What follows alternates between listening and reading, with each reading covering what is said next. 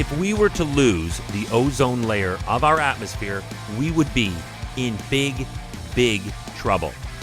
Top of the list of concerns would be the radiation from the sun that would be able to reach the Earth directly.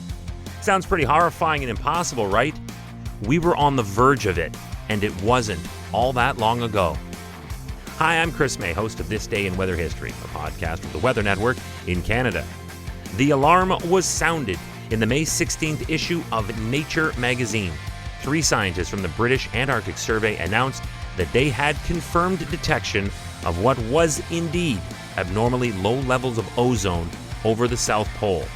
We were now in big trouble. This day in weather history. So without the ozone, what else would or at least could happen? Well, for starters, the sun's nuclear radiation would seep in and damage the DNA of all living things, including us, by the way. The effects would be fast and they would be deadly. Within only days of the ozone layer's disappearance, many plants would die, and there goes our planet's ability to filter out carbon dioxide, not to mention all the other benefits plants and fauna bring to Earth, so we can exist. Skin cancer rates would skyrocket. Look, it would be the beginning of the end of everything, and we were getting perilously close to that. Let me put it bluntly. Without an ozone, we'd be Mars. And there's a good reason why we'd never survive on Mars right now. But if Earth lost its ozone layer, Mars would actually be a way better option at that point, because at least it wouldn't be as close to the sun as the Earth is. This discovery became a look into the mirror for all humans of their ability to damage the Earth's atmosphere. But in the decades that have followed, this near-extinction-level event became one of the most famous success stories in the history of climate activism. Remember that This Day in Weather History can be enjoyed a number of ways. Right now, you are listening to the full version of today's story on your favorite podcast provider, but there is also the daily podcast video short. They are shot right here in my podcast recording studio, so you get that perspective, and oftentimes they will include visuals from that day's event, from when it happened, in weather history.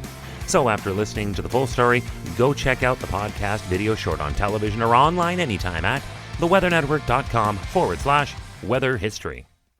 The ozone layer is a region of the Earth's stratosphere containing high levels of what's called trioxygen, which effectively blocks much of the sun's most harmful ultraviolet radiation from even reaching the planet's surface.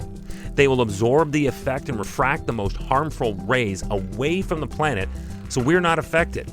But the ozone is paper thin in the grand scheme of all things, and it is already heavily taxed with protecting us from a star that could kill us before we knew it.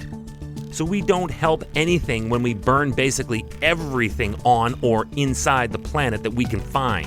Since the 1970s, scientists have been pushing for us to stop the use of deadly and destructive chlorofluorocarbons, but we never listened.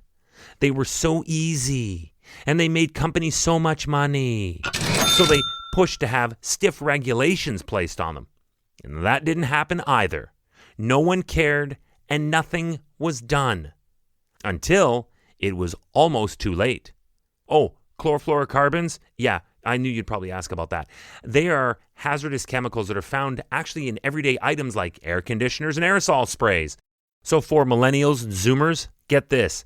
Yeah, your parents and the people that came before them, they used to spray aerosol everywhere, literally everywhere. They would use it to stiffen their hair.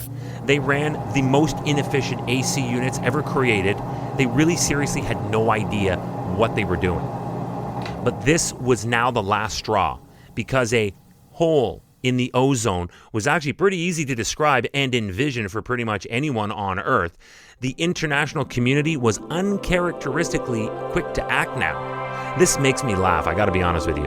They said this had seemingly, quote, come out of nowhere. What? And because of this, quote, sudden appearance of a hole in the atmosphere, they had to act now. I'll forget it. Whatever. At least they did something.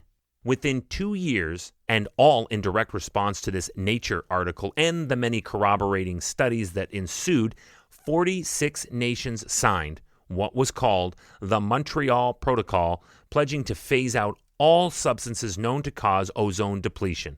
And in the years that have followed, all 197 members of the United Nations have signed on to ratify the treaty. It worked. Scientists today, after all this time, now predict that the ozone layer will return to its pre-1980 levels before the end of this 21st century. If, of course, we don't screw it up again or let any crazy, delusional, nut job world leaders drop out of environmental pacts or treaties like this. I'm not naming anybody, I'm just saying. And who do we have to thank? Please welcome the three authors, Joe Farman, Brian Gardner, and Jonathan Shanklin. They were the ones who spotted the hole and saved us from ourselves by writing about it in that Nature magazine article that appeared this day in Weather History. Tomorrow is May 17th. It's been a while between airline stories, but now we're back. It was in 2001, a Faraz Keshem Airlines short-haul tri-jet crashed while en route to the Gorgan Airport from Tehran Mehrabad Airport in Iran. The irony here is that they were en route to commemorate the opening of this new airport. Did the weather have anything to do with it? We'll find out together tomorrow on This Day in Weather History with me, your host, Chris May.